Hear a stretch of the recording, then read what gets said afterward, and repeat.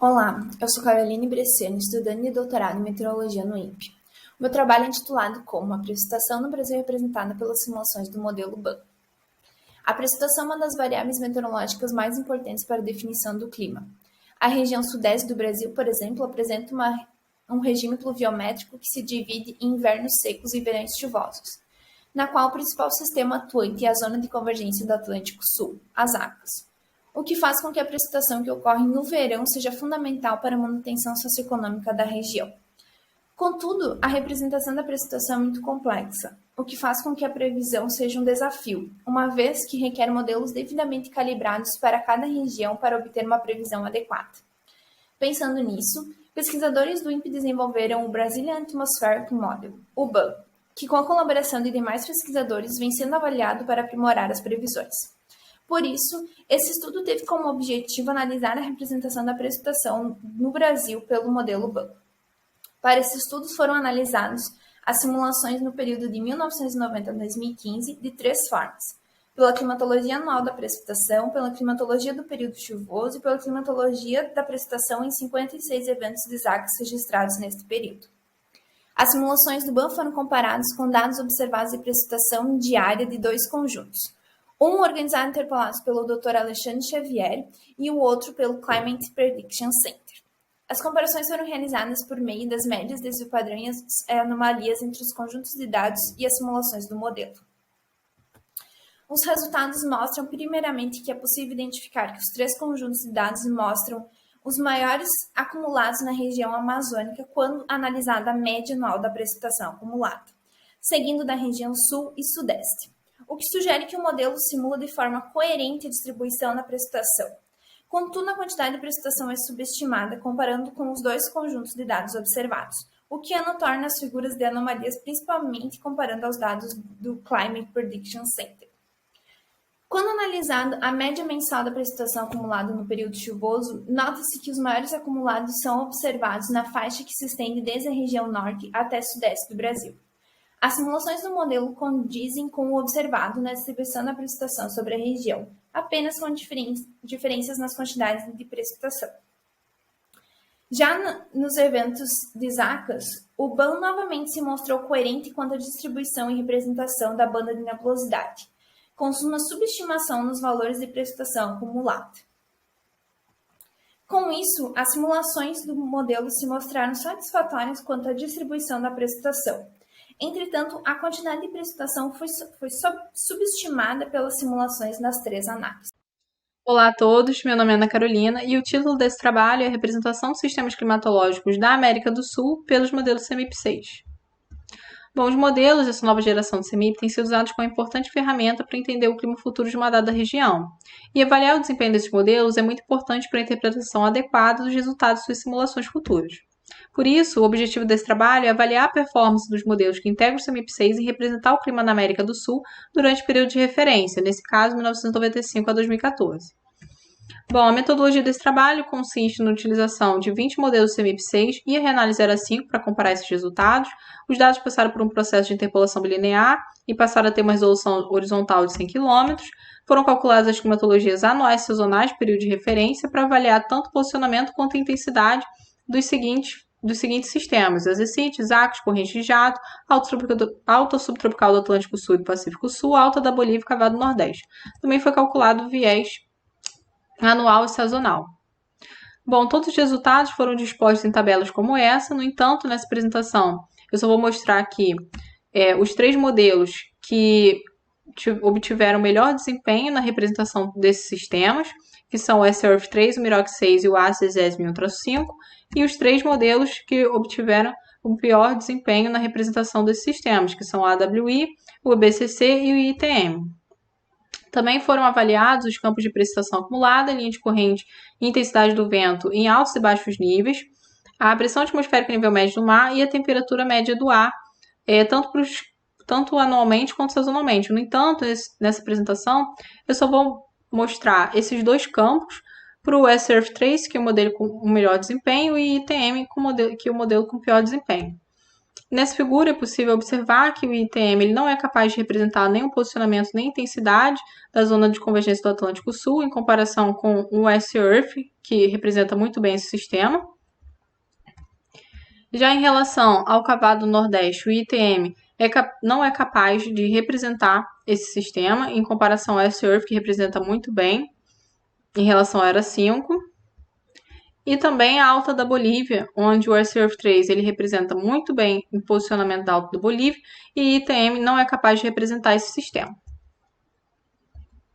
Bom, conclui-se, entanto, que somente 3 modelos não são capazes de representar a ASA, SPS e CIT Exact, que são o ITM, o AWI e o BCC. E os modelos que apresentam melhor desempenho são o ACES, o CANESM 5, o S-Earth 3, o FIO-ESM 2.0 e o Miroc 6. E dentre esses, os que se destacam são o S-Earth 3 e o Miroc 6. É isso. Obrigada pela atenção de todos. Ambiente sinótico em eventos de tempestade severa associados à passagem frontal, apresentado por Laura Rodrigues. O objetivo do trabalho é determinar condições atmosféricas em tempestade severa associada à passagem de frente fria ou ambiente pré-frontal em Santa Catarina. Foram selecionados eventos entre 2009 e 2018 e foram usados dados de vento em superfície, imagem de satélite e campos de reanálise. Foram identificados 15 eventos nesse período com registro de tempestade severa em pelo menos uma das regiões de Santa Catarina. Em todos os casos, as rajadas de vento ficaram acima de 60 km por hora e foram 11 eventos com um episódio de granizo. Tivemos um episódio com tornado e 2 com microexplosão. A maior frequência dos casos aconteceu na primavera-verão, nos anos de 2015, 2016 e 2017, e não houve um horário preferencial para a ocorrência das tempestades. Sempre nesses eventos se verificou um predomínio do jato de baixos níveis, transportando umidade para Santa Catarina, com valor de umidade específica em torno de 12 gramas por quilograma.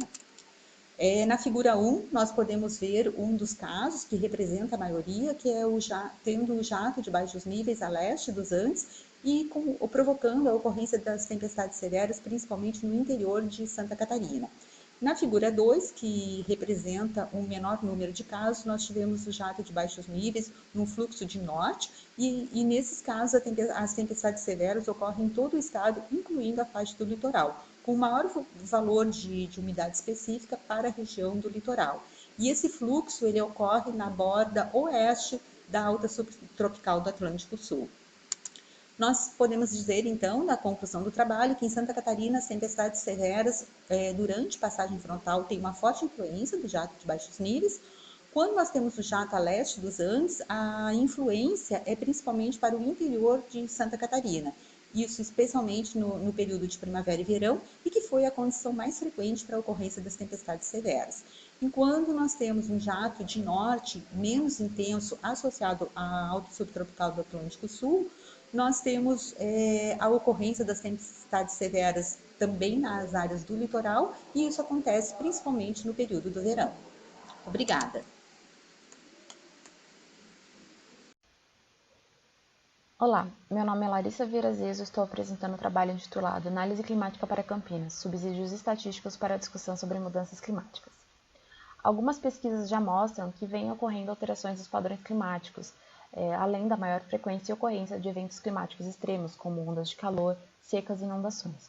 Por isso, o objetivo desse trabalho foi analisar estatisticamente as tendências de precipitação e temperatura para o período de 1990 a 2020.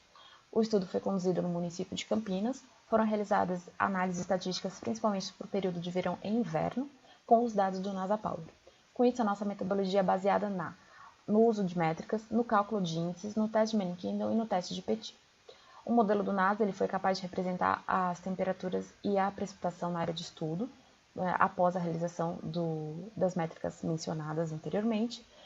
Os índices foram calculados a partir do software RQindex. O SU mostrou que 2014 e 2020 foram os anos que apresentaram a maior quantidade de dias com temperaturas acima de 25 e 34 graus, enquanto que o CDD mostrou que 1994 foi o ano com maior quantidade de dias consecutivos apresentando precipitação menor ou igual a 1 milímetro, e depois 2012, que também apresentou 63 dias consecutivos. O teste Manning-Kendall e Petit pro inverno, nesse período mencionado, mostrou que há uma tendência de aumento na temperatura, tanto máxima quanto mínima, com quebra de série em 2017, enquanto que uma tendência de diminuição na precipitação, com quebra de série em 2000, de acordo com o teste de Petit.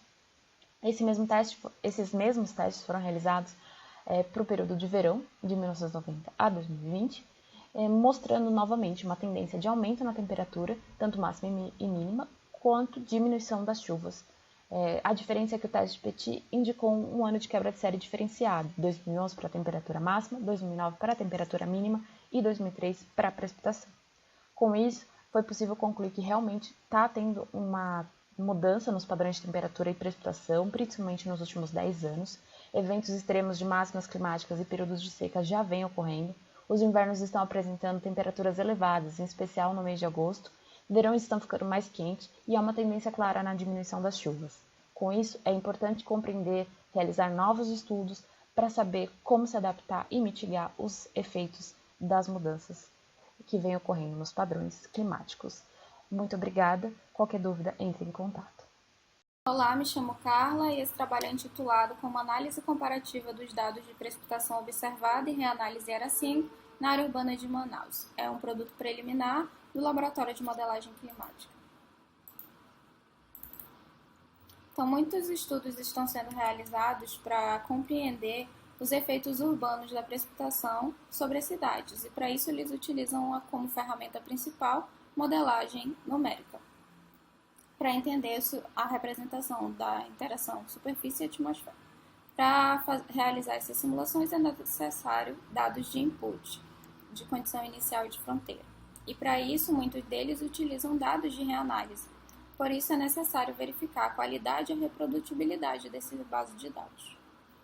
Com isso, o objetivo desse trabalho foi comparar a precipitação da reanálise ERA 5 em termos de climatologia dos extremos com os padrões observados nos dados do satélite IMERGE, que são o satélite STRIM e GPM.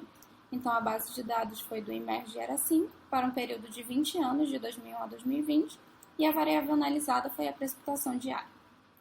Foi realizada uma média dentro da área central da Amazônia, que compreende a área urbana de Manaus, e analisado os eventos extremos que foram acima do percentil 97,5.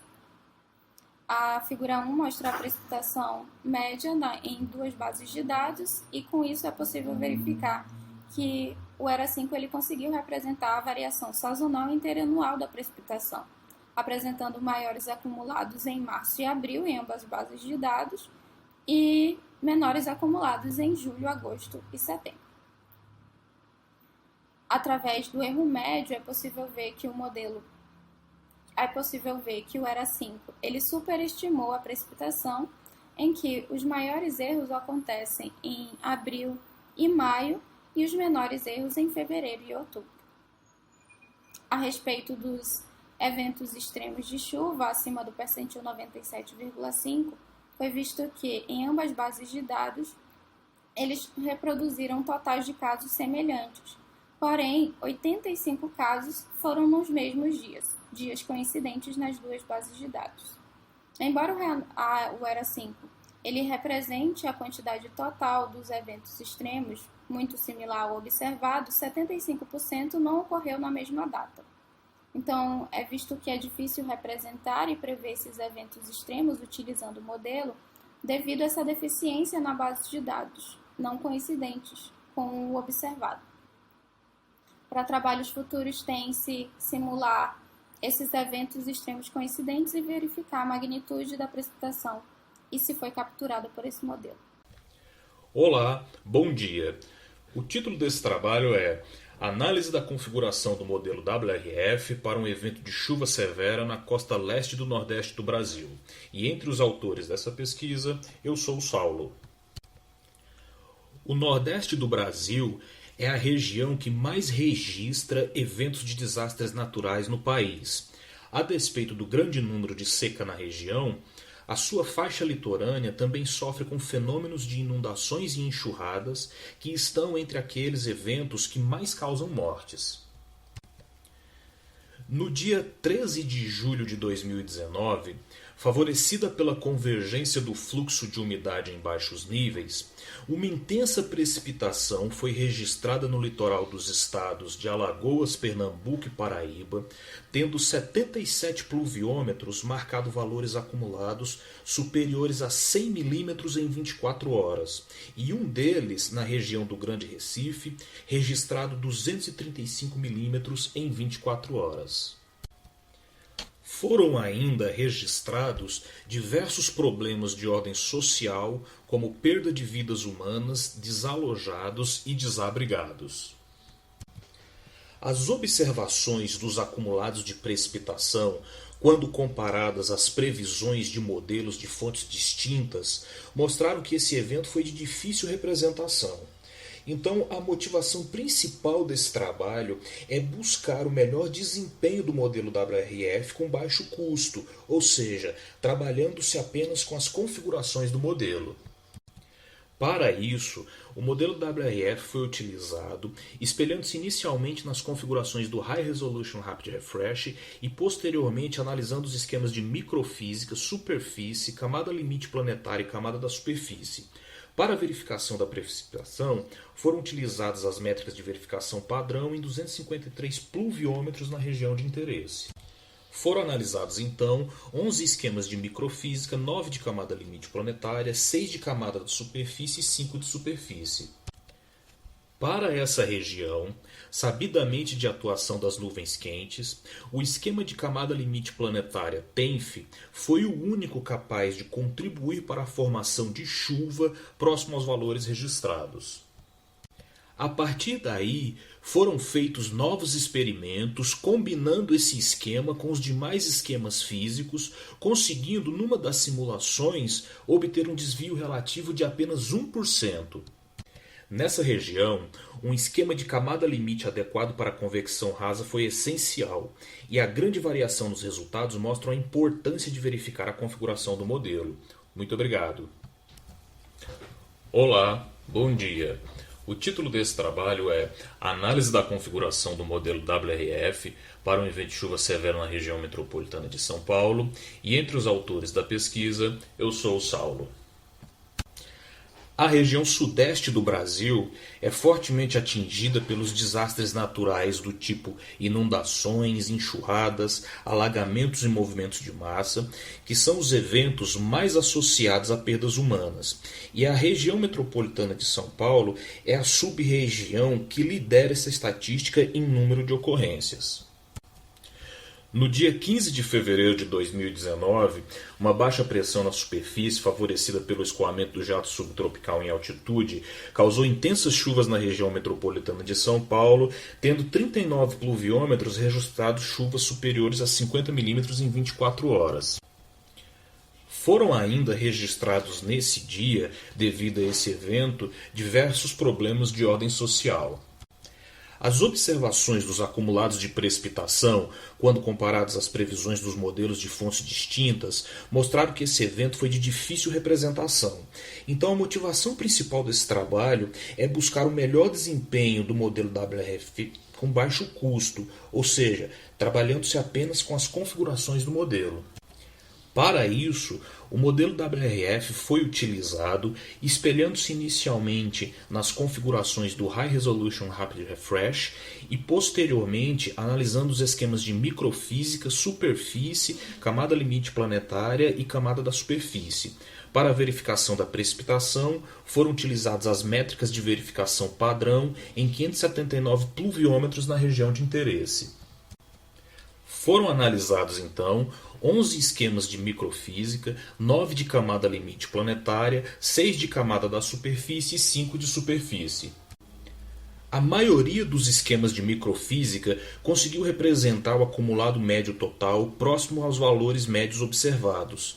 Entre os esquemas de camada limite planetária, o esquema TENF, indicado para convecção rasa, causa uma superestimativa dos valores. Combinando os melhores esquemas de microfísica e camada limite, foi possível melhor representar o início da chuva e o acumulado total médio. O acumulado médio final de chuva se aproximou do observado, mas o modelo tem dificuldade em representar o aumento das taxas de chuva. A grande variação dos resultados finais mostra o cuidado que se deve ter ao escolher as configurações do modelo. Muito obrigado.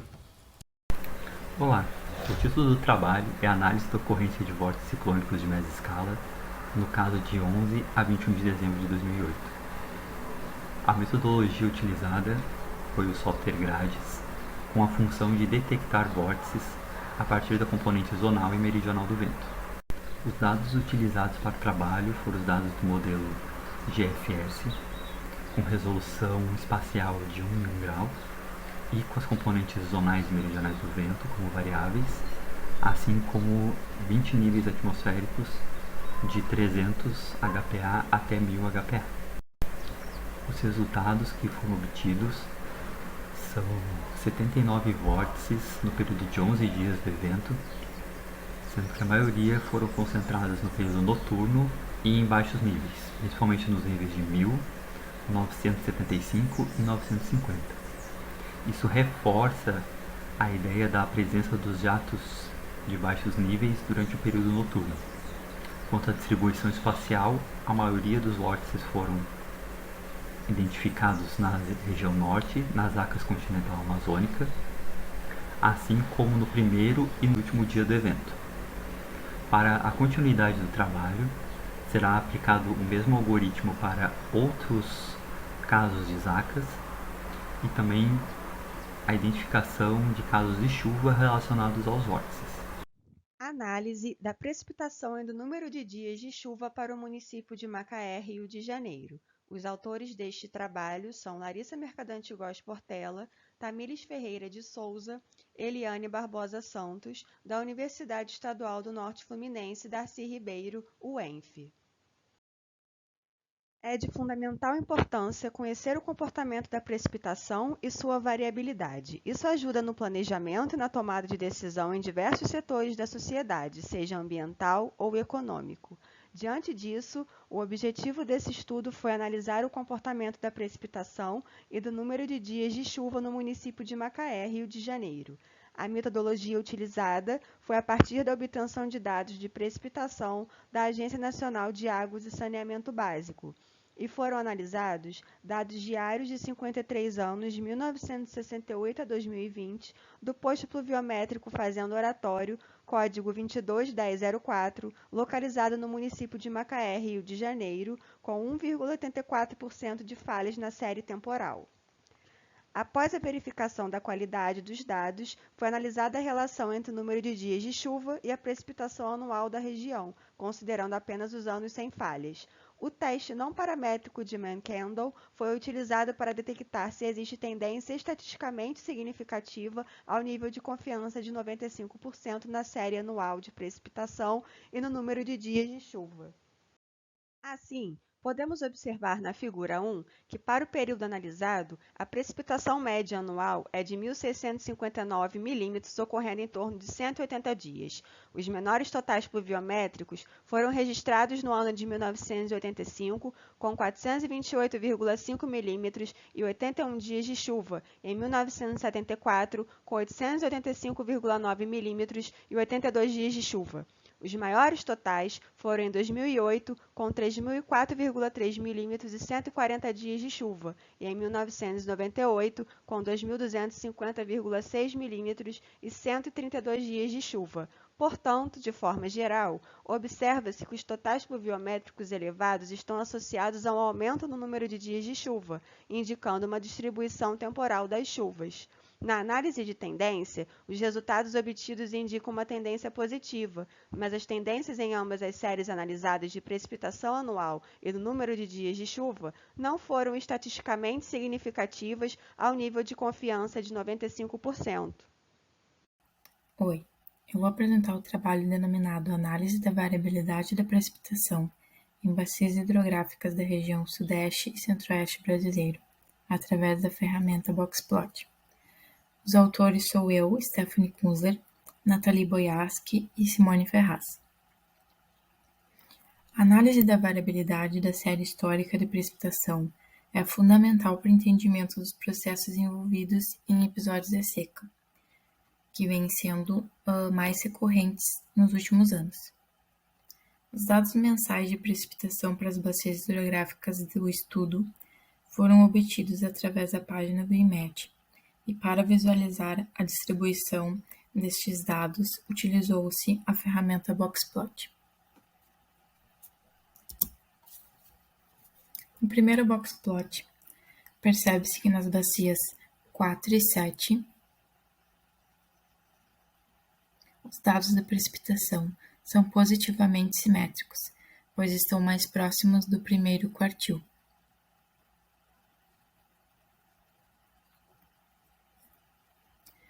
Já nas bacias 1, 6, 8 e 10, a distribuição é mais simétrica.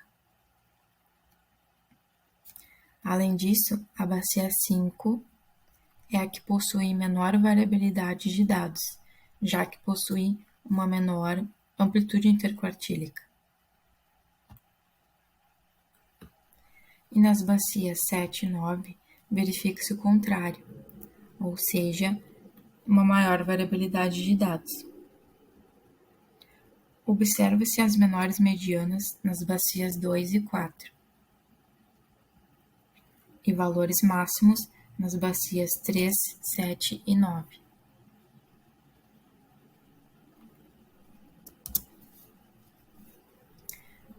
Neste segundo boxplot, gerado para as anomalias de precipitação, nota-se que as bacias 5, 8 e 11 possuem uma simetria positiva e os menores valores para a mediana. As bacias 1, 5, 8, 10 e 11 apresentam as maiores amplitudes e, consequentemente, maiores variabilidades. Ao contrário do que foi visto no primeiro boxplot, aqui a gente tem uma grande variação entre valores máximos e mínimos. Por fim, observa-se então a relevância do estudo de dados hidrometeorológicos na compreensão da variabilidade dos recursos hídricos. Obrigada. Olá, eu sou Eliseu Breda, mestrando do mestrado profissional em Clima e Ambiente do Instituto Federal, e vamos apresentar aqui um estudo feito por 4 mestrandos, eu, André, Ariana e Helena, sob orientação dos professores Mário, Francisco de Quadro, Adriano Vitor e Michel. O estudo ele trata da análise da variabilidade espaço-temporal da precipitação em Santa Catarina.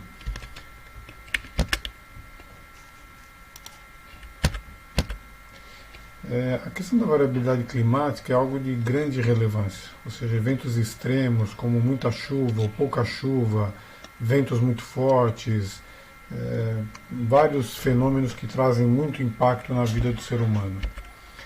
Nosso estado é um estado com uma geografia muito diversa e com padrões de comportamentos climáticos bastante distintos entre as várias regiões. A gente estudou as 11 mesorregiões, selecionamos 24 estações pluviométricas nessas 11 regiões, coletamos dados aí de vários institutos e trabalhamos com dados de precipitação diária de 15 anos. Usamos 2 ferramentas estatísticas bastante poderosas, MATLAB e Minitab, fizemos uma seleção dos 5% dos dias mais chuvosos e, para observar a tendência, trabalhamos também com a média móvel, similar àquilo que se faz hoje para verificar a tendência com o Covid, se está aumentando, se está diminuindo. E a gente identificou que em 70% dos casos existe uma tendência descendente, ou seja, nos dias em que mais chovem, que seriam os eventos extremos, chove cada vez menos, em várias regiões e estações do ano. Um trabalho bastante interessante com exploração dessas ferramentas que vale a pena conhecer. Aqui o quadro resumo e por região que comprovam o resultado que a gente chegou. Ou seja, é de uma relevância grande saber identificar esses padrões, ter ferramentas que nos permitam prever esses fenômenos com antecedência para que a gente possa mitigar os riscos e as consequências desses fenômenos no nosso estado. A gente consultou bastante bibliografia e agradece de forma bastante significativa a colaboração dos nossos orientadores, professor Mário Francisco, Adriana e Michel Nobre Musa. Nos encontramos no evento. Obrigado. Olá, me chamo Pedro Fiorotti e vou apresentar o trabalho intitulado Análise das condições oceânicas e atmosféricas nos períodos extremos do OASIS. E para esse trabalho tive a orientação da Fernanda Vasconcelos e do Renan Martins.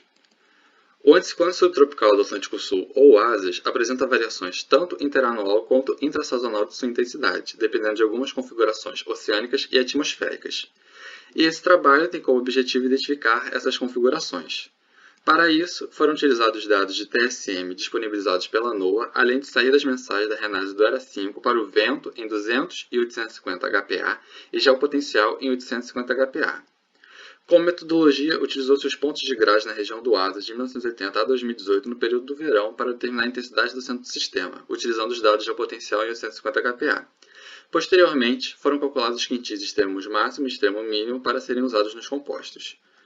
Como os resultados para os períodos de extremo máximo, observa-se um trem de onda em 200 HPA, se originando no Pacífico Equatorial e se deslocando até a América do Sul e o Oceano Atlântico adjacente em forma de U. Esse trem de onda foi desencadeado pela divergência observada em 200 HPA sobre a mesma região, que por sua vez foi causada pelas anomalias positivas TSM no Oceano Pacífico Equatorial. Esse trem de ondas acabou causando convergência em 200 HPA sobre a região do OASIS, e anomalias anticiclônicas em 850 HPA no sistema, favorecendo o aumento de sua intensidade.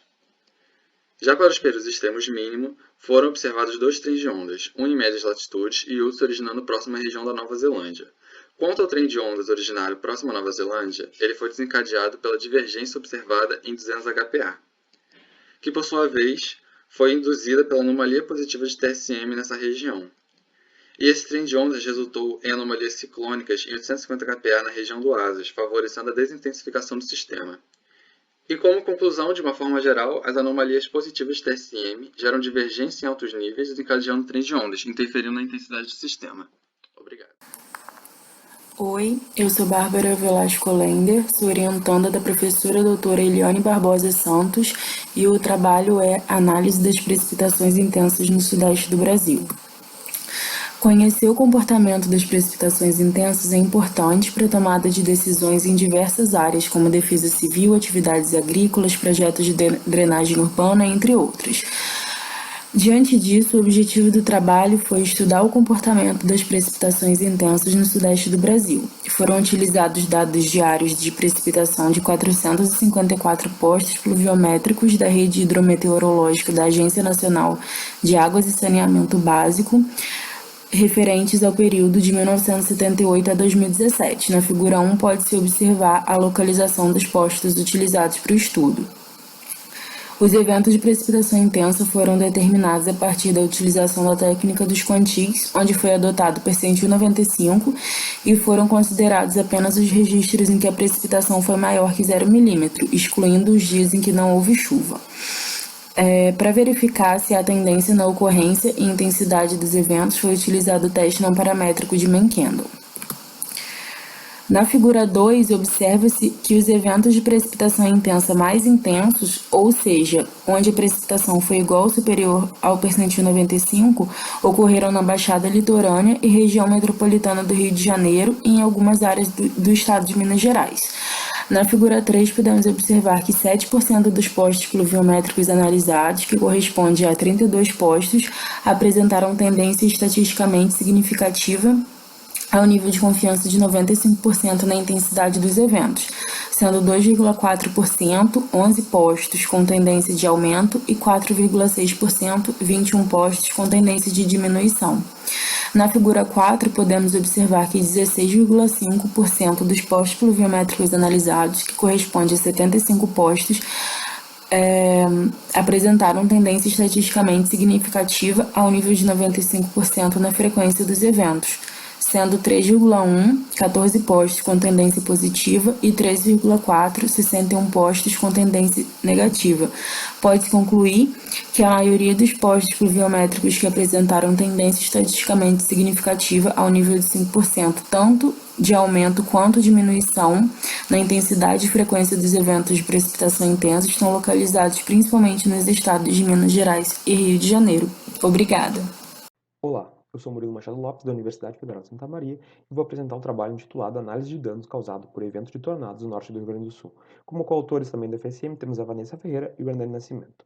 Um evento de tempo severo entre 11 e 12 de junho de 2018 foi responsável por uma grande monta de danos no norte do Rio Grande do Sul. Apesar do granizo, o vento destrutivo foi o principal causador de prejuízo nesse evento severo. Na imagem a seguir, mostramos um caminhão que foi arremessado para fora da rodovia devido às rajadas de vento. O foco desse trabalho foi uma análise em loco conduzida pela Universidade Federal de Santa Maria nas localidades afetadas, visando identificar e quantificar o fenômeno que provocou os estragos. Essa análise de danos ocorreu cerca de 60 horas após o evento e contou com o apoio da Defesa Civil Regional de Passo Fundo. Registros fotográficos e videográficos foram feitos no local e também foram obtidos testemunhos por meio de entrevistas dos moradores atingidos. De modo conjunto, utilizou-se imagens de satélite ambiental e de ferramentas de detecção de mudança de vegetação para identificar os danos nas imagens de satélite. Dessa forma, coletado o dano, buscava-se informações nas imagens de satélite. Os relatos foram georreferenciados através do Google Earth e a classificação de danos seguiu a estimativa da escala Fujita melhorada. Algumas aproximações tiveram de ser feitas em ocorrência de distintos indicadores de danos, na realidade Brasil e Estados Unidos, porém vários puderam ser aplicados diretamente. Por questões logísticas, a faixa de danos analisada se concentrou entre Coxilha e Siríaco. Ao combinar as informações das imagens de satélite, foi possível identificar áreas alongadas e estreitas de danos, típicas de tornados, como no caso da imagem de Pontão. Ao todo, 10 rastros de tornados foram identificados entre o nordeste da Argentina e norte do Rio Grande do Sul, na imagem a seguir. Na faixa de danos entre Coxilha e Sirico, também foi possível identificar essa característica alongada e estreita da faixa de danos. As imagens de satélite ambiental também forneceram um panorama identificado pelas imagens de drones, em que a gente conseguia identificar uma faixa estreita e bastante delimitada da vegetação atingida pelos ventos intensos. O principal rastro de tornado apresentou 51 km e se estendeu entre Coxilha e Sirico, com intensidade máxima condizente com F3. A imagem a seguir mostra setores dessa faixa de danos e classificação pontual da intensidade dos mesmos. No setor A, com danos F2 e F3, tivemos árvores decepadas e um caminhão arremessado para fora da rodovia, típico de F3. Além disso, no setor B também tivemos danos de intensidade F3, como a queda de torres de energia e a destruição de casas de alvenaria. Nos setores C e D, danos típicos de F2, com telhados removidos e áreas com vegetação arbórea danificadas. Apesar da falta de confirmação direta do tornado, a análise de danos in situ permitiu identificar um tornado de intensidade EF3 e de longa duração. A extensão da trilha através da imagem de sensoriamento remoto é uma das mais longas já registradas no Brasil, com 51 km. E esse trabalho também reforça a necessidade de incursões que avaliem estragos causados pelo tempo severo no sul do Brasil.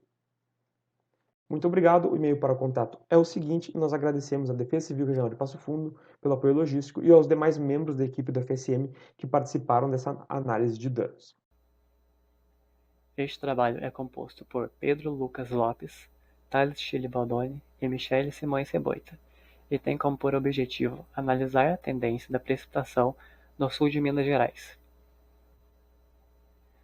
Nesses últimos anos, a região sudeste vem sofrendo com um déficit de precipitação, e para avaliar tal fato, foi analisado a tendência de séries temporais de precipitação mensal para as estações primavera, verão, outono e inverno, e foram usados nesse trabalho os modelos de PCC e CEMAP.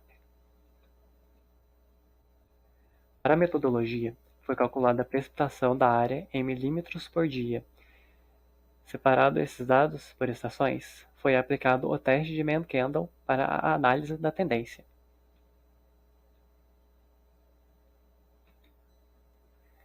Aqui estão os resultados, obtidos em forma de gráficos, comparando a precipitação para cada modelo. Neste primeiro, corresponde ao CEMAP, enquanto o segundo ao GPCC. É nítido em ambos que, pela linha de tendência, ocorre um déficit. Aqui estão os mesmos valores, só que separados por estações. Com este trabalho, concluímos que no período compreendido entre os anos de 1991 a 2020, com base nesses modelos de estudos, CEMAP e GPCC, percebe-se que em todas as estações do ano há uma tendência negativa e significativa da precipitação, ou seja, está ocorrendo um déficit hídrico. Com isso, finalizo nosso trabalho. Obrigado a todos pela atenção. Bom dia a todos, o meu nome é Caio. Eu vou apresentar o meu trabalho sobre análise do ciclo diurno da precipitação na região sul do Brasil.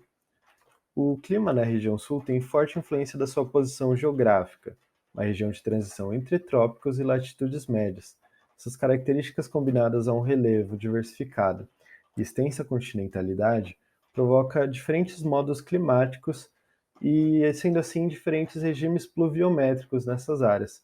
E essa questão ainda carece de investigação e tem uma possibilidade de avançar nessa discussão a partir de características regionalizadas e quais suas particularidades.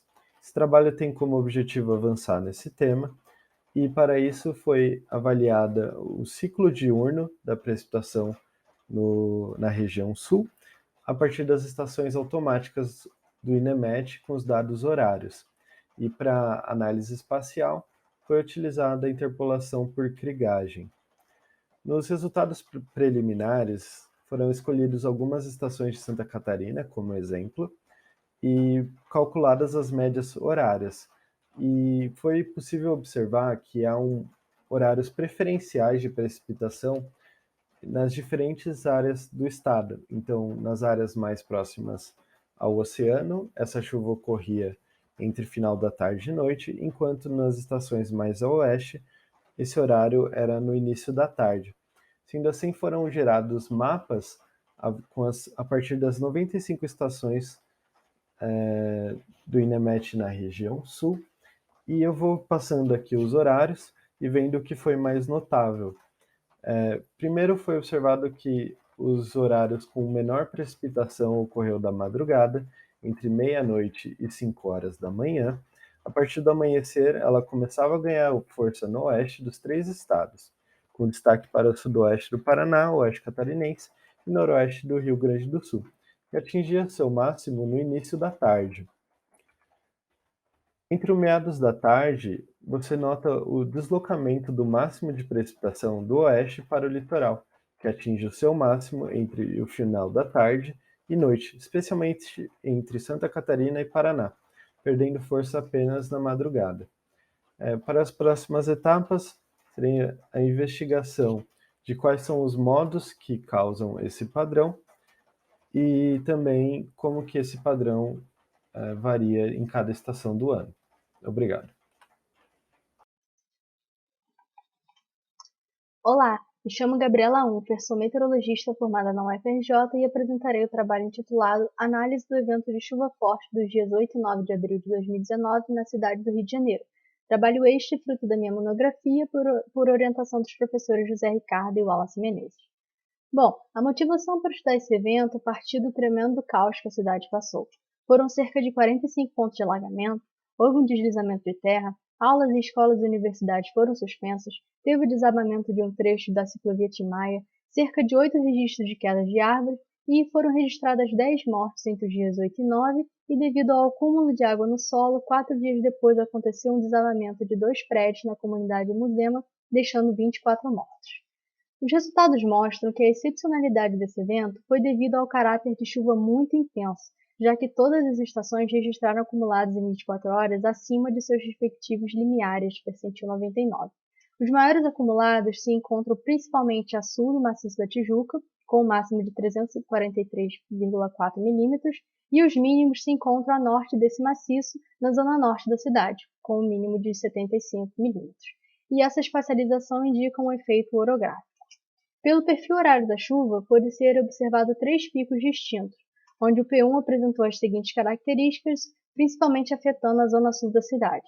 Já o P2 foi o pico em que a zona norte recebeu os maiores volumes de chuva.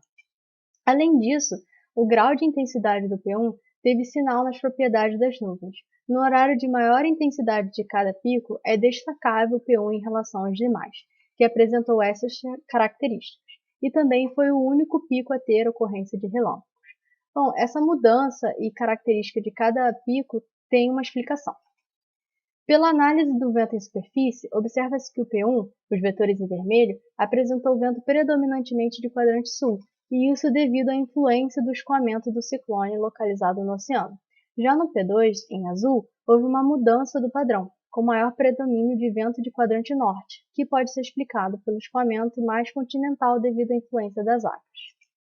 Bom, a conclusão é que este foi um evento notório, onde a chuva apresentou caráter muito intenso, sendo observado a influência de dois escoamentos que, junto com a orografia, modularam a intensidade e espacialização da chuva. Destacaram-se 3 picos distintos de chuva, onde o P1 foi responsável pelos maiores volumes, principalmente na Zona Sul, já o P2 atingiu mais a Zona Norte. E o grau de intensidade do P1 teve correlação com as propriedades das nuvens, que apresentou caráter convectivo, sendo inclusive o único pico a registrar atividade elétrica. Obrigada. Bom dia, boa tarde, boa noite. Este trabalho tem o título de Análise georreferenciada com reanálises atmosféricas para um estudo de caso de precipitação intensa no Alto Vale do Itajaí, Santa Catarina, em dezembro de 2020.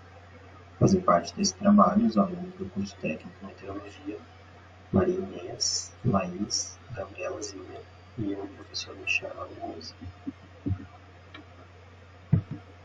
Então, a motivação desse trabalho partiu de um estudo dentro da disciplina que trabalha com análise, monitoramento e manipulação de dados georreferenciados.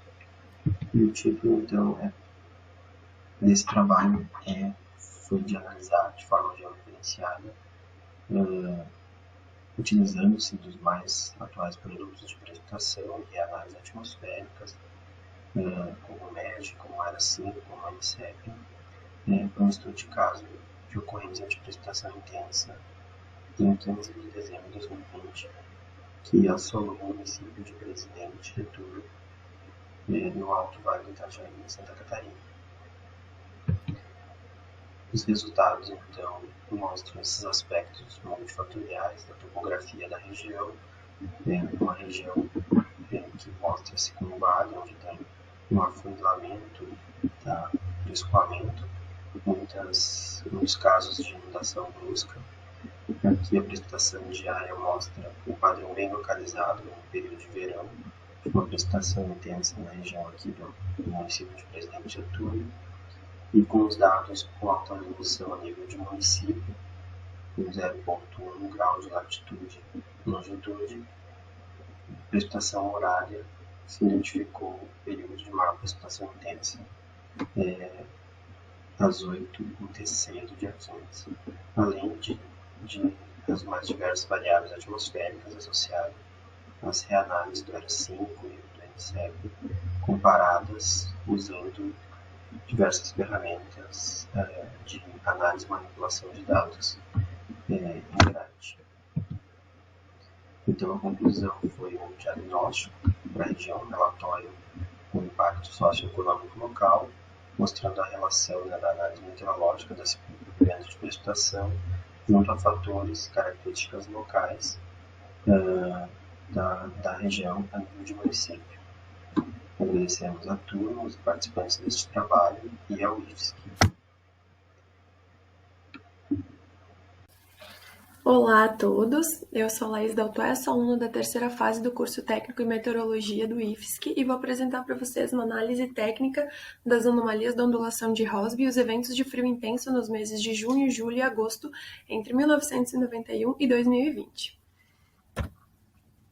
O objetivo do trabalho é verificar a interação da ondulação de Rossby com os registros de frio intenso no Brasil nos meses de junho, julho e agosto, através da observação dos dados de anomalia de temperatura mínima fornecidos pelo CPTEC para os registros de frio intenso, e para a visualização das anomalias da ondulação de Rossby, utilizou-se os dados de altura geopotencial em 500 hectopascais, fornecidos pelas reanálises do ERA5 e trabalhados na ferramenta GRADS. Para contextualizar um pouco, as ondas de Rossby são fenômenos de escala planetária, pois possuem amplitude e comprimento de ondas do tamanho de continentes. Já a altura geopotencial representa a altura referencial de uma superfície de pressão atmosférica acima da superfície terrestre.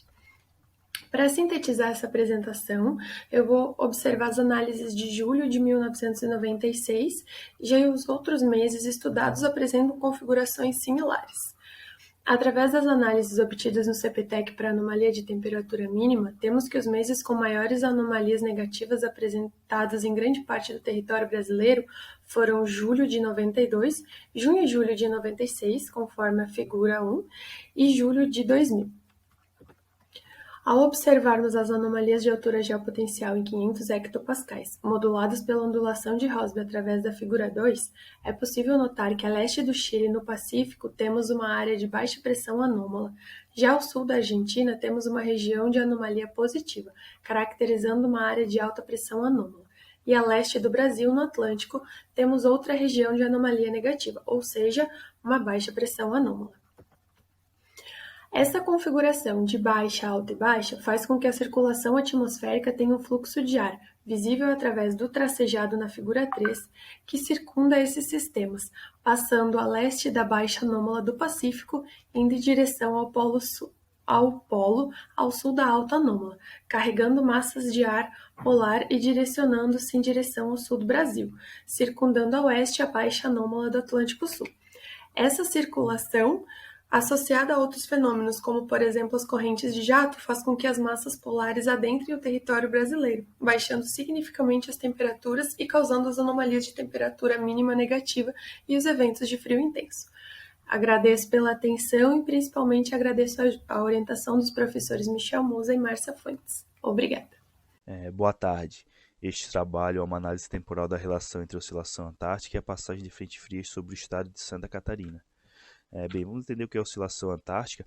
É o principal modo de variabilidade da circulação atmosférica no estratosférico do hemisfério sul, caracterizado pela anomalia de altura geopotencial em 45 sul e sobre a Antártica. Esse cálculo de anomalia é baseado numa média mensal em 700 HPA, que no caso aqui representa a fase positiva, que é caracterizada por anomalia negativa sobre a Antártica, e anomalia positiva sobre 45 sul. Não possui sazonalidade e também é referida como modo anular sul. Com isso é possível também extrair um índice diário dessa oscilação. Temos também o índice de frente fria, que mostra a percentagem detectada da área abrangida e a intensidade do evento, e dessa forma a detecção segue essas condições, que são áreas de vento norte no primeiro tempo, áreas de vento sul no tempo posterior, mais o giro do vento. Áreas de diminuição de temperatura do ar de um período para o outro e queda de temperatura até 24 horas depois da passagem dessa frente sobre essa área selecionada. 54 casos foram analisados entre junho de 2015 e dezembro de 2020 e, no geral, foram escolhidos aqui os que mais representam os resultados. Aí o caso 1 é centralizado a data do evento de frente fria. A linha azul é o índice diário da oscilação antártica. A verde pontilhada é a derivada desse índice. E o índice de frente fria em intensidade diária em vermelho e vermelho escuro. Estes dois valores foram normalizados. O índice varia de 0 a 10, foi dividido por 2,5. E a área varia de 0 a 100%. Foi dividido por 25. Note que a área abrangida é a área mínima para que o índice detecte a passagem da frente. No geral, apresentou que existe uma relação entre a passagem desses eventos sobre o estado com a inflexão da curva de derivada e a intensidade do evento relacionada também com o grau de inclinação da derivada. Quanto mais inclinado, mais intenso o evento. Temos aqui um caso para mostrar aqui, pouca inclinação é pouca intensidade do evento.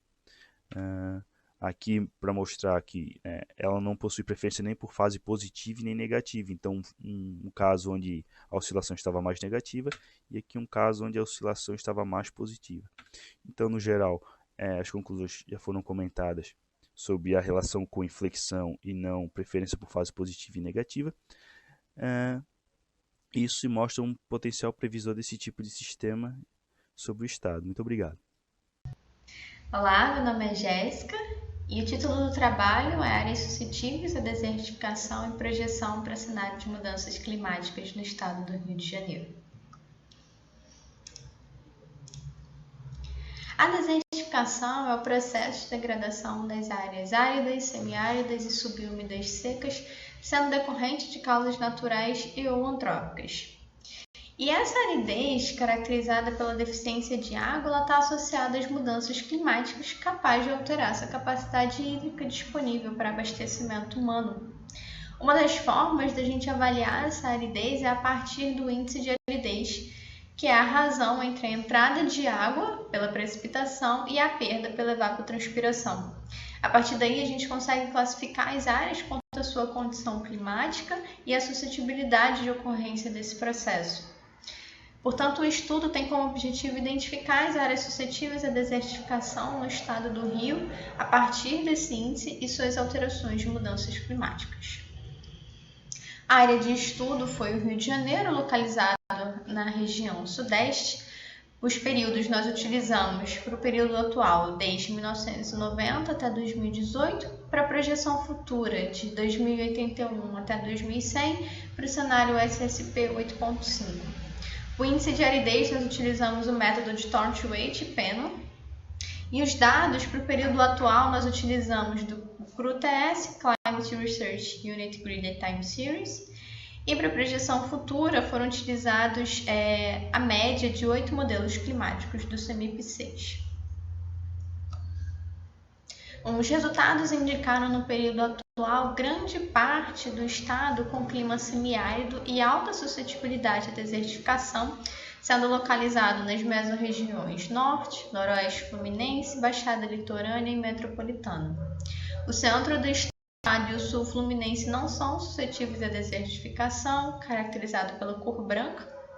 A mesorregião com menor suscetibilidade à desertificação é o sul fluminense, com a maior parte do clima subúmido úmido.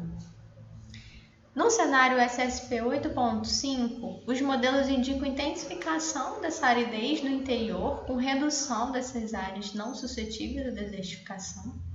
A mesorregião mais afetada é a sul fluminense, caracterizada pelo aumento do clima subúmido seco.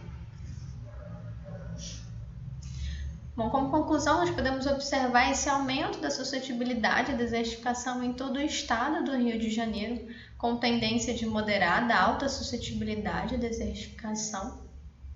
E esse indicativo da redução da disponibilidade hídrica pode acabar aumentando os conflitos pelo uso da água. Olá, meu nome é Catarine Freire de Caldas e hoje eu vou apresentar as influências do SAN, do Enos e das anomalias de gelo marinho no mar de Bellingshausen-Mutsen sobre os sistemas frontais.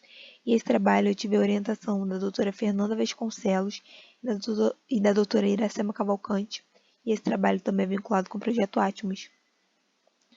Os padrões de teleconexões, tais como o Enos e o SAN, eles afetam a circulação e, consequentemente, o clima da América do Sul, e a extensão de gelo marinho antártico ela também afeta a circulação em todo o hemisfério sul.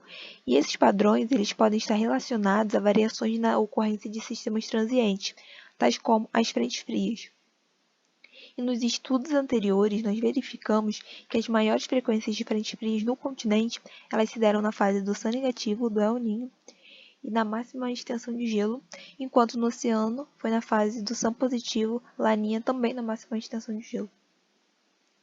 E o objetivo desse trabalho é investigar os possíveis mecanismos envolvidos entre os padrões de SAN e Enos e o gelo marinho e as frentes frias em setembro, que foram os resultados encontrados no primeiro ano do projeto.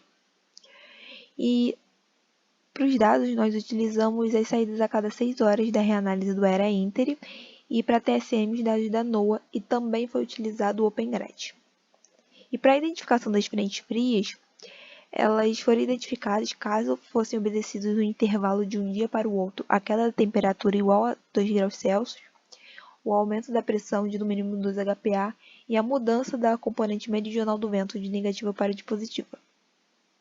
E esses foram os resultados encontrados na máxima frequência de frentes frias no continente, e foram verificados na linha de corrente 800 HPA a anomalia ciclônica, e para linha de corrente em 200 HPA um par de anomalias anticiclônicas e ciclônicas sobre a região, que foi resultado dos padrões de Ohmsdorf. E no perfil vertical de temperatura, nós podemos verificar um gradiente de temperatura positivo, e para a anomalia de TSM, nós podemos identificar um tripolo no Atlântico Sul. Agora, para as máximas frequências de frentes frias no oceano, nós identificamos nas linhas de corrente 800 HPA a a anomalia ciclônica no sul do Atlântico e no Pacífico e a intensificação do ASAS. E para as linhas de corrente em 200 HPA, o centro ciclônico anômalo, que também foram resultados dos padrões de ondas. E para o perfil vertical de temperatura, a gente verificou um gradiente positivo de temperatura. E para a anomalia de TSM também um tripolo no Atlântico. E agradecimentos ao Instituto Nacional de Pesquisas Espaciais, ao CNPq pela bolsa de iniciação científica e ao projeto Plantar Atmos. Olá, meu nome é Jéssica e o título desse trabalho é Aumento da Temperatura do Ar e Projeção para Cenário de Mudanças Climáticas no Estado do Rio de Janeiro. O estudo da temperatura do ar é fundamental para a análise das condições climáticas que são determinantes para a sobrevivência e ocupação do espaço pelo homem. A variação da temperatura do ar ela pode provocar mudanças tanto no balanço hídrico quanto produção agrícola e abastecimento urbano e rural. No entanto, nas últimas décadas foi observado aumento da temperatura do ar maior do que 1 grau Celsius, intensificando a ocorrência de eventos climáticos extremos, além de também causar possíveis alterações na sua frequência. Portanto, esse trabalho ele tem como objetivo analisar o aumento da temperatura média do ar no estado do Rio de Janeiro. A área de estudo foi o estado do Rio, que é localizado na região sudeste. Nós utilizamos 2 períodos, o atual, que vai de 1990 a 2018, e a projeção futura de 2081 até 2100 para o cenário SSP 8.5. Nós utilizamos como variável a temperatura média do ar e os dados utilizados para o período atual foi do Climate Research Unit Graded Time Series, CRU-TS, e para a projeção futura nós utilizamos dados obtidos a partir da média de 8 modelos climáticos do CEMIP6. Os resultados eles indicaram no período atual, que é o gráfico 1, que a temperatura do ar média no estado acima de 22 graus Celsius cobre a maior parte da região. Os maiores valores são observados nas mesorregiões metropolitana, Baixada Litorânea e Norte Fluminense, que atingem até 24 graus Celsius. E os menores valores estão localizados nos extremos do sul fluminense e sul do estado, em torno de 18 graus Celsius.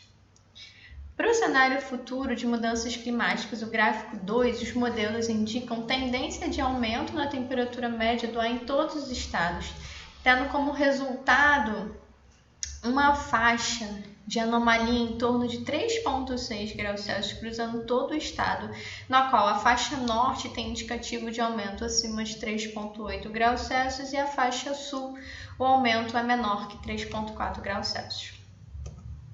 Dessa forma, é possível observar o aumento da temperatura média em todo o estado do Rio de Janeiro, com anomalias de temperatura entre 3,2 e 4 graus Celsius. E se esse aumento da temperatura do ar for efetivo, vai impactar de um modo geral todo o estado, trazendo desafios para mudanças climáticas. Muito obrigada. Características climatológicas do fenômeno do vento norte no extremo sul do Brasil. Durante a estação fria, episódios de uma ventania conhecida como vento norte são frequentes no extremo sul do Brasil.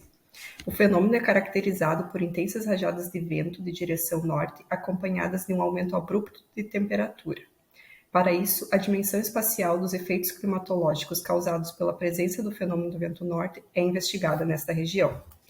Para tal propósito, emprega-se 11 anos de observações coletadas no período de inverno entre 2009 e 2019, em 7 estações meteorológicas do INEMET, localizadas na cidade de Santa Maria e distribuídas em extensões verticais e horizontais. A região apresenta um grande contraste na topografia, sendo que Santa Maria se destaca com um acentuado declive causado pela interface planalto-planície da ordem de 300 metros. Os episódios foram detectados do conjunto de dados em Santa Maria a partir de limites estipulados para 3 parâmetros climatológicos. É a direção do vento entre 300 graus e 30 graus, rajadas superiores a 11 metros por segundo, temperatura do ar acima do percentil 90% e uma duração mínima de 4 horas consecutivas. Foram selecionados 73 casos com 8 horas médias de duração. O caso mais longo foi de 21 horas de persistência do evento. Além disso, 70% dos casos tiveram início no período de madrugada e início da manhã. Percebe-se do estudo de caso que as séries temporais nas distintas localidades exibiram comportamento similar, com acentuado destaque para Santa Maria nos períodos dos eventos de vento norte. Como consequência desse padrão, as médias das regiões foram performadas para períodos com e sem a presença do fenômeno. Durante as manifestações de vento norte, a direção do vento é bem definida e originada do quadrante norte. Além disso, as médias das rajadas de vento apresentaram um crescimento significativo na ordem de 200% em relação a Santa Maria. Por outro lado, um aumento menos expressivo foi registrado nas extensões verticais, com 28%, e horizontal, 41%. Durante o vento norte, todas as regiões registraram um aumento de temperatura de aproximadamente 70% em relação ao período de inverno. Os resultados mostraram que os efeitos desse escoamento geofísico estão associados a condições de baixa umidade relativa do ar. Os valores médios da umidade durante o vento norte revelam índices mais baixos em Santa Maria, com 48%, quando comparado com aqueles observados nas extensões horizontal, 59%, e vertical, 64%. Portanto, o estudo indica que o fenômeno do vento norte afeta de um modo preponderante o clima regional no sul do Brasil, com características reforçadas localmente em Santa Maria. Bom dia, meu nome é Maria e apresentarei o trabalho intitulado Caracterização de eventos de seca em áreas homogêneas da Bacia do Prata. O objetivo desse trabalho é caracterizar esses eventos ocorridos entre 1982 e 2019 em áreas homogêneas na Bacia do Prata no verão e no inverno. Resultados: foram identificadas áreas homogêneas quanto à variabilidade de precipitação, aplicando análise de componentes principais, modo S, e análise de agrupamento não hierárquico, as séries temporais de SPI para cada ponto de grade, e as áreas mais ao sul, em vermelho, serão as áreas analisadas neste estudo. A primeira análise serão discutidos os aspectos observados durante os eventos que foram identificados no verão. Foram identificados 9 eventos moderados, 7 severos e 2 extremos. Os compostos de anomalia de precipitação mostram dipolo indicando períodos mais chuvosos na faixa noroeste e sudeste do Brasil, no mesmo período em que ocorreram eventos de seca no sul do Brasil. Também se observa anomalias positivas de pressão na região de estudo e um resfriamento do Pacífico tropical leste. A circulação meridional anômala é coerente com o campo de precipitação, se observa movimento subsidente na área de estudo, onde há menos chuva, e movimento ascendente na região de mais chuva nos trópicos. Também se observa uma diminuição do fluxo de umidade e maior divergência em superfície, contribuindo para a estabilidade na região. Os compostos de anomalia de radiação de onda longa mostram uma inibição da convecção na região estudada, que pode ser explicada pela propagação de trem de ondas no campo de geopotencial, e a região está localizada entre uma crista e um cavado, região em que predomina a subsidência de ar. Na segunda análise serão identificados os aspectos relacionados a eventos de seca observados no inverno. Foram identificados 8 eventos moderados, 4 severos e 4 extremos. O composto de anomalia de precipitação também demonstra a presença desse dipolo, porém um pouco mais deslocado para sul, e uma maior anomalia de pressão em superfície, indicando pressão maior, o que favorece o enfraquecimento de sistemas frontais e deslocamento dos mesmos por essa região. A inibição de movimentos ascendentes também é observada na região estudada e uma diminuição do fluxo de umidade. Os compostos de anomalias de geopotencial e linhas de corrente mostram a propagação de trem de onda, como explicando a ocorrência desses eventos. A região encontra-se entre uma crista e um cavado, onde há movimento subsidente predominante, e também se observou no mesmo período um resfriamento do Pacífico tropical leste. Os compostos de anomalias observados nos campos atmosféricos demonstram aspectos remotos, como valores de anômalos de TSM e também propagação de trens de onda, contribuíram para a ocorrência de eventos secos. Consequentemente, tais padrões influenciaram também na circulação em escala local e o transporte de umidade e divergência em superfície, dando suporte à manutenção de condições favoráveis à persistência de períodos mais secos. Muito obrigada. Olá, sou Gildo Rafael de Almeida Santana, do Instituto Federal Fluminense. Estarei apresentando o estudo de caracterização de eventos secos e chuvosos na bacia hidrográfica do rio Macaé e das Ostras. Esse estudo foi realizado em coautoria com Eliane Barbosa Santos, da Universidade Estadual do Norte Fluminense, Daci Ribeiro. Dentre as bacias hidrográficas contidas unicamente no estado do Rio de Janeiro, a bacia hidrográfica do rio Macaé e das Ostras, região hidrográfica 8, localiza-se ao centro de 2 polos de desenvolvimento, turístico comercial ao sul e petrolífero canavieiro ao norte. Além disso, o rio Macaé é fundamental para parte da população do estado, especialmente para os usuários diretos, pois serve para abastecimento, irrigação, geração de energia e entre outros usos. Nesse sentido, o objetivo desse trabalho é classificar e quantificar as precipitações na bacia hidrográfica do rio Macaé e das Ostras. Além disso, pretende-se detectar maiores déficits e ou excesso de precipitação. Para tanto, foram utilizados dados diários de precipitação de 49 anos, de 3 postos pluviométricos, da rede hidrometeorológica gerenciada pela Agência Nacional de Águas e Saneamento Básico. Para quantificar déficit e excesso de precipitação e identificar eventos secos e chuvosos, foi utilizado o Índice Padronizado de Precipitação, SPI, para a escala temporal de 12 meses. Essa escala temporal reflete os impactos desses eventos nos reservatórios hidrelétricos, por exemplo. Como pode-se observar na figura ao lado, em relação aos déficits de precipitação, houve maior persistência nos últimos 8 anos no posto pluviométrico de Piller. Além disso, pode-se destacar também o ano de 2014, que apresentou totais anuais com 30% ou mais abaixo da média histórica nos 3 postos pluviométricos analisados. Em relação aos eventos chuvosos, o ano de 2009 se destaca por apresentar totais pluviométricos com 28% ou mais acima da média em 2 regiões analisadas, como por exemplo Gaudinópolis e Fazenda São João. Conclusões. Houve maior frequência de eventos secos nas 2 últimas décadas, 2000 a 2018, como pode-se observar na figura, e apesar da persistência de eventos secos, foram observados, para o mesmo período, eventos chuvosos relevantes nos 3 postos pluviométricos. Obrigado. Olá, meu nome é Amanda de Mello e eu vou apresentar o trabalho Caracterização dos Eventos Meteorológicos Extremos na região Nordeste do estado de Santa Catarina. O estado de Santa Catarina ele vem sendo afetado historicamente por eventos meteorológicos extremos, então entender os mecanismos de formação destes eventos é de grande importância para conseguir minimizar os impactos na sociedade.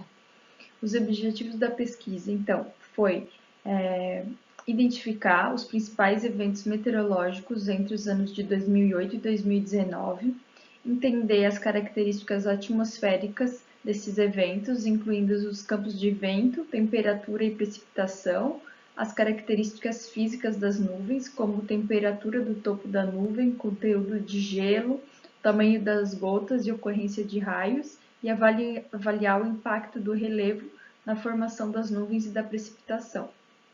A área delimitada para o estudo considerou os municípios entre as latitudes 27 e 26 graus sul e as longitudes 49,5 e 48,5 graus oeste. A metodologia utilizou de dados do Banco de Dados da Defesa Civil Estadual para características físicas das nuvens, dados de satélite como ACO, Terra e multissatélite GPM, e dados meteorológicos reanálises atmosféricas do modelo MERRA. Alguns dos resultados foram computados 175 eventos registrados em 103 dias diferentes. Esses eventos se dividiram entre alagamento, chuva intensa, deslizamento, enxurrada, granizo, inundação e tornado, sendo a enxurrada o mais presente deles. 29 municípios foram atingidos, com uma população acima de 1.700.000 habitantes no total, e os municípios que tiveram maior número de registros de desastres foram Penha, Araquari, Barra do Sul, Blumenau e Joinville. 82% dos casos foram de nuvens frias, com temperaturas abaixo de 0 graus Celsius. O raio médio das gotas líquidas foi de 19 micrômetros, mostrando que estas gotas são similares a nuvens marinhas, e a direção do vento predominante foi de leste, indicando que a maior parte dos casos possuem transporte de vapor do Oceano Atlântico próximo. Então, a pesquisa até o momento concluiu que se tratam, em sua grande maioria, de nuvens frias, com precipitação intensa que resultaram em enxurradas. Para a continuidade do trabalho, ainda será avaliada a influência do relevo na formação destas nuvens e dos eventos extremos. Olá, o meu nome é Caluan Rodrigues Capozoli, eu sou aluno de doutorado do Programa de Pós-Graduação em Meteorologia do IAG-USP, sob orientação do professor Edmilson Dias de Freitas.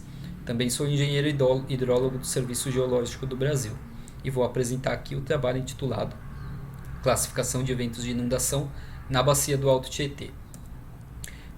As inundações podem ser deflagradas por eventos com diferentes intensidades e distribuição espacial. Isso, por sua vez, impacta nas características dos hidrogramas de cheia, e essas características podem ser utilizadas para classificação dos eventos de cheia. Essa classificação dos eventos de cheia pode ser útil, então, para a compreensão dos processos hidrológicos, para análise de frequência de máximas e também para a verificação de modelos de previsão de inundação. O objetivo desse trabalho foi classificar os hidrogramas de eventos de cheia na bacia hidrográfica do Alto Tietê, ocorridos entre os anos de 2005 e 2020.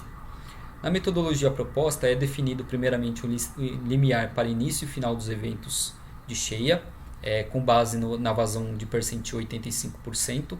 São calculados então 3 parâmetros que definem a magnitude do pico, o tempo de subida e o tempo de descida dos hidrogramas, que são utilizados então para agrupar os eventos em clusters. Foram testados diferentes agrupamentos com diferentes números de clusters, e o que apresentou melhor comportamento foi utilizando 3 clusters. Em termos de intensidade de chuva, não há muita diferença entre as classes de clusters. Contudo, ao analisar as magnitudes tanto do pico quanto da chuva acumulada, e os tempos de subida e de descida, e o número de estações em que o evento é detectado simultaneamente, nota-se que o cluster 1 detecta o maior número de estações simultaneamente, possui as maiores magnitudes de pico e de acumulado de chuva, e o maior tempo de subida e de descida. O cluster 2 acumulou eventos intermediários em todos esses parâmetros, e o cluster 1 agrupou os eventos com menor magnitude de pico e de acumulado de chuva, eventos mais rápidos, mais rápidos para subida e descida do hidrograma, e que ocorrem em pontos isolados da bacia. Como conclusão, a classificação proposta permitiu diferenciar 3 tipos de inundações: inundações de curta duração e localizadas, dadas pelo cluster 3, inundações de duração intermediária que atingem parcialmente a bacia, dadas pelo cluster 2, e inundações de longa duração em que impactam simultaneamente toda a área da bacia, dadas pelos eventos agrupados no cluster 1. Muito obrigado pela atenção e agradeço aos apoiadores do projeto. Comportamentos das temperaturas máximas e mínimas no estado do Rio de Janeiro. O tema mudanças climáticas tem despertado muita atenção de toda a comunidade por conta dos possíveis impactos sobre o planeta. Dentre os potenciais efeitos do aumento da temperatura do ar estão o desconforto térmico, o aumento da demanda por água e energia, entre outros. Desta forma, um estudo sobre o comportamento da temperatura do ar, utilizando registros de longo prazo, torna-se necessário, uma vez que tais informações podem contribuir para um melhor planejamento visando reduzir os impactos oriundos dessas alterações climáticas. O objetivo deste trabalho foi analisar o comportamento das temperaturas máximas e mínimas no estado do Rio de Janeiro, a partir de dados de área de 4 estações meteorológicas pertencentes ao Instituto Nacional de Meteorologia, o INMET. São elas Avelar, Empati do Alferes, Resende, Cordeiro e Campos dos Goitacazes. Para detectar mudanças climáticas nas séries temporais de temperatura do ar, foram calculados e analisados 12 índices de extremos climáticos. O teste de Menkendel foi utilizado para verificar se há tendência estatisticamente significativa ao nível de confiança de 95%, e a magnitude dessas tendências foi obtida com a utilização do estimador de 100. Os resultados obtidos sugerem aumentos das noites quentes e diminuição das noites frias, bem como aumento das mínimas anuais médias e aumento das máximas anuais médias, conforme podemos verificar nos gráficos das figuras 1 e 2. E com tendência estatisticamente significativa, conforme resultados obtidos pelo teste de Menkendel e pelo estimador de 100 presentes na tabela 1. concluindo que uma análise pontual é necessária, pois verificou-se que estão ocorrendo alterações nos padrões das temperaturas máximas e mínimas destas regiões, mas não necessariamente acompanhando a tendência global. As alterações climáticas podem ser locais. Obrigado. Este trabalho de iniciação científica conta com o apoio do CNPq, Conforto Térmico em Cidades Brasileiras, Característica e Evolução face à Variabilidade e às Mudanças Climáticas. Este trabalho busca evidenciar as diferenças entre a temperatura que é observada nas estações meteorológicas e o índice de calor percebido pelo ser humano sobre a influência da umidade do ar e do vento, pois variáveis meteorológicas como o vento e a umidade do ar impactam a sensação térmica que o ser humano tem sobre o clima. Foram obtidos dados diários coletados nas estações do Instituto Nacional de Meteorologia das cidades de Porto Alegre, Florianópolis, Curitiba e Campos dos Goytacazes, período de 1970 a 2019, 50 anos de dados diários. Para esta apresentação, trouxemos os 10 maiores valores obtidos dos dados diários dos últimos 50 anos. Na tabela 1, apresentamos a influência do vento nos meses frios e na tabela 2, a influência da umidade relativa nos meses quentes sobre a temperatura e a sensação térmica. Observamos que em Porto Alegre, em 26 de setembro de 1975, percebemos uma temperatura de 5,5 graus Celsius que, sobre a influência de uma velocidade de vento de 22,8 km por hora, fez o ser humano ter uma sensação térmica de menos 11,2 graus Celsius. Chamamos a atenção na tabela 2 da influência da umidade sobre a sensação térmica nos meses quentes. Chamamos a atenção para Florianópolis. Em 29 de janeiro de 2019, observamos que, numa temperatura indicada nos sistemas de estações meteorológicas em 30 graus Celsius, o corpo humano, sobre a influência de uma umidade relativa do ar de 86%, ele percebe uma temperatura muito mais quente, ou seja, 39,4 graus Celsius. Nessa situação de Florianópolis, a umidade relativa fez com que o corpo humano sentisse 9,4 graus mais quente do que realmente a temperatura era indicada. Nesse sentido, os valores dessas diferenças correspondem ao efeito do vento e da umidade relativa sobre a sensação térmica sentida pelas pessoas em cada uma das épocas do ano. Agradecemos a todos.